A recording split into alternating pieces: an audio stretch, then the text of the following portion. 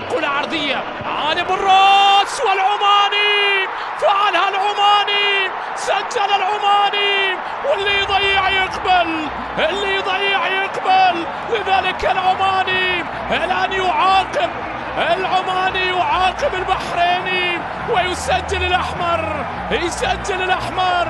يتقدم الآن في شوط المباراة الأول، الأبطال يتقدمون الآن، من توجوا بالبطولة مرتين يبحثون عن الثالثة بالفن والتكتيك.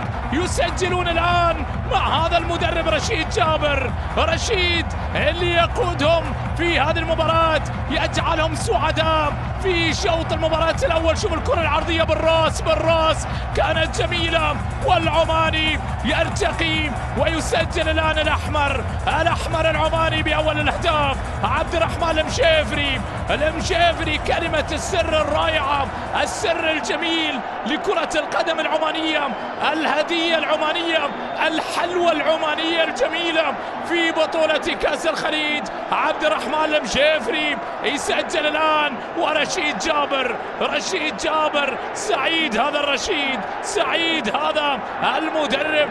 الآن مرهون، هل يقدم لنا الحلوى البحرينية؟ هل يأتي بهدف التعادل؟ هل يضيء الأمل؟ هل ينير الدروب للمنتخب البحريني؟ وضعها، نعم فعلها، الحلوى البحرينية وصلت، قدمت لكل من يتابع هذه البطولة هنا في كأس الخليج. محاربي ديلمون غواصين اللولو، الأحمر البحريني يعود بهدف التعادل. محمد مرهون اللي كان عليه الرهان مضمون مع المنتخب البحريني، بالعزم والإصرار ينثرون المجد في كل مضمار، في العزم والإصرار نثروا المجد في كل مضمار، سجلوا التعادل الآن. محمد مرهون يعيد الأمور إلى نقطة البداية، يسجل هدف التعادل. تذوقنا الحلوى العمانية في شوط المباراة الأول اللي عبد الرحمن المشيفري هو من قدمها، لكن هذا مرهون رفض أن تنتهي هذه القمة، هذا العرس، إلا ويذوقنا الحلوى البحرينية. لذلك سجل التعادل، أعاد الأمور إلى نقطة البداية. أصبحت الآن 1-1. الحلوى وصلت والفرحة اكتملت، والعرس الخليجي إلى الآن لم ينتهي بعد.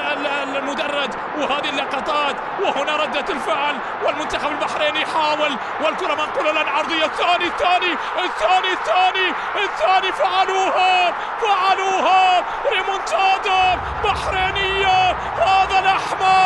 هذا الأحمر البحريني ما تغلبونه، هاتوها، هذا كان الشعار من البداية، هاتوها. نعم وصلوا، سجلوا الثاني. إذا هبت رياحك فاغتنمها يا البحرين، إذا هبت رياحك فاغتنمها يا البحرين.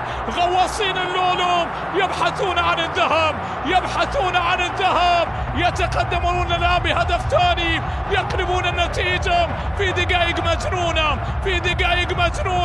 محمد مرهون هذا عليه الرهان مضمون، نعم محمد مرهون يصنع الحدث، يصنع الفرحة. شوف الكرة، شوف المحاولة من محمد مرهون، لعبها، لكن العماني هو اللي سجلها.